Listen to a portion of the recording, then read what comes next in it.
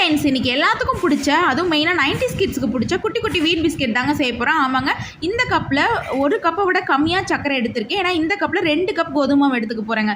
சர்க்கரையை மிக்ஸி ஜாரில் மாத்திரம் 2 ஏலக்காய் போட்டு நல்லா ஃபைன் பவுடரை இந்த மாதிரி அரைச்சி எடுத்துக்கிட்டேன். இதே கப்பில் பாருங்கள் 2 கப் கோதுமை எடுத்திருக்கேன். அதனால தான் அந்த சுகர் அளவு. இப்போ அரைச்சி வச்சு இந்த பவுடரையும் ஆட் பண்ணிவிட்டு கொஞ்சமாக உப்பு ஆட் பண்ணிவிட்டு இந்த அளவுக்கு பட்டர் 3 ஸ்பூன் இல்லைன்னா நெய் ஆட் பண்ணிக்கோங்க. கொஞ்சம் கொஞ்சமாக தண்ணி தெளித்து நல்லா இந்த பதத்துக்கு, ரொம்ப சாஃப்ட் வேணாம் ரொம்ப ஹார்டும் வேணாங்க, இந்த பதத்துக்கு பிணைஞ்சி 1 மணி நேரம் கழிச்சு பாருங்கள் இந்த இந்த ஹார்டுக்கு பிணைஞ்சி எடுத்துக்கோங்க. இப்போ அப்படியே வெர்டிக்கலாகவும் ஹரிசாண்டலாக லைன்ஸ் போட்டு குட்டி குட்டி பாக்ஸஸாக எடுத்து வச்சுக்கோங்க. இந்த அளவுக்கு பாருங்கள் மொத்தத்தையும். இப்போ ஒரு வானலில் கொஞ்சமாக எண்ணெய் சூடானதுக்கப்புறம் எடுத்து வச்சு இந்த பாக்ஸஸ் எல்லாம் போட்டுட்டு ஒரு 5 to 6 மினிட்ஸ் கழித்து இந்த மாதிரி பொரிச்சு எடுங்க. சூப்பரான குட்டி குட்டி வீட் பிஸ்கெட், அதுவும் எல்லாத்துக்கும் பிடிச்சிங்கதாங்க.